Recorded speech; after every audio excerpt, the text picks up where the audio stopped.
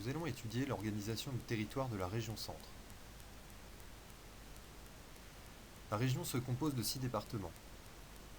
l'Eure-et-Loir, le Loiret, le Cher, l'Indre, l'Indre-et-Loire et le Loir-et-Cher. En 2015, la région Centre est devenue région Centre-Val de Loire. Cela s'explique notamment par l'importance du fleuve la Loire dans l'organisation de son territoire et dans son patrimoine. Le fleuve traverse la région d'est en ouest, en passant par le Loiret, le Loir-et-Cher et l'Indre-et-Loire. Nous allons étudier les espaces géographiques de la région Centre-Val de Loire en commençant par l'axe ligérien. En termes de peuplement, cet espace est le plus peuplé et le plus urbanisé de la région. On y trouve 3 villes importantes, Orléans, Blois et Tours, et on distingue très nettement sur ces photographies satellites le tracé du fleuve.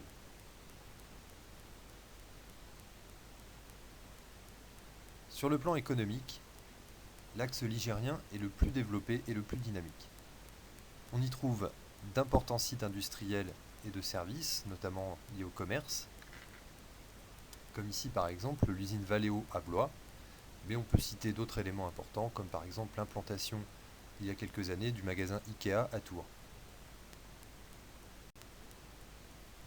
Au niveau de l'agriculture, on y trouve une agriculture spécialisée à forte valeur ajoutée. Les vergers produisant des fruits, les cultures maraîchères produisant des légumes, et la vigne qui produit un vin connu et réputé et exporté en dehors des frontières de la région. Enfin, le Val-de-Loire est un espace touristique important. Grâce à son patrimoine et les châteaux de la Loire qui ont une réputation mondiale, la région accueille chaque année plusieurs millions de touristes. Nous voyons ici le château de Chambord qui accueille chaque année plus de 700 000 visiteurs originaires du monde entier. Ceci est important, notamment en termes d'emploi, dans la restauration et l'hôtellerie. Intéressons-nous maintenant au nord régional. Cet espace est principalement composé du département de l'Eure-et-Loire. Sa densité est moyenne voire faible, puisque les zones rurales y sont nombreuses. Cependant, l'urbanisation est marquée par la proximité de la région Île-de-France, et on y trouve d'importants espaces périurbains, comme à Dreux par exemple, que l'on voit sur cette photographie satellite, où les zones pavillonnaires sont directement reliées à la capitale par des axes routiers importants. Ceci facilite aussi d'ailleurs l'implantation d'activités économiques industrielles et de transport. Mais le nord régional est aussi un espace agricole majeur en France et dans la région. La grande culture céréalière et oléagineuse produit des céréales et des plantes destinées à la production d'huile végétale comme le colza ou le tournesol. C'est une agriculture intensive utilisant de manière abondante des engrais et des produits phytosanitaires. Terminons maintenant par le dernier espace, c'est-à-dire le sud régional. Il est moins peuplé et moins urbanisé que le reste de la région. On y trouve quelques sites industriels dans les villes de Châteauroux, de Bourges ou de Vierzon, mais l'ampleur de l'industrialisation et des activités de service est beaucoup plus faible que dans le Val-de-Loire.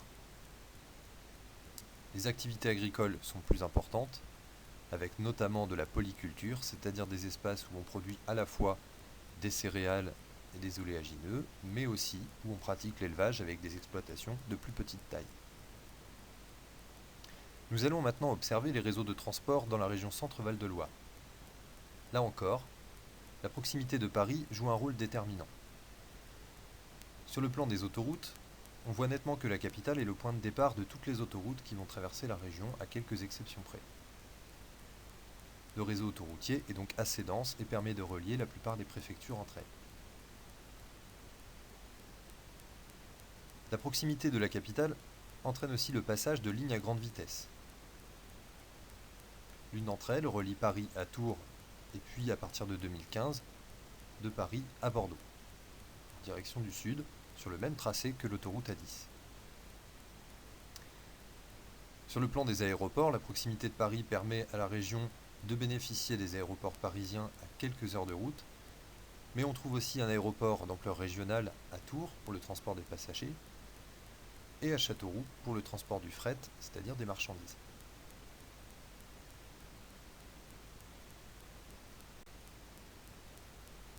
En conclusion, on peut rappeler les 3 points importants que nous avons soulevés. D'abord, l'axe ligérien est l'espace majeur dans l'organisation du territoire de la région. Le Val-de-Loire est comme une colonne vertébrale, il structure les activités et le peuplement. Ensuite, nous avons observé des espaces agricoles variés et très productifs, des espaces de culture intensive de céréales et d'oléagineux, mais aussi d'agriculture spécialisée, notamment dans la vigne. Enfin, nous avons observé des axes de transport à l'échelle européenne qui bénéficient de la proximité de l'Île-de-France.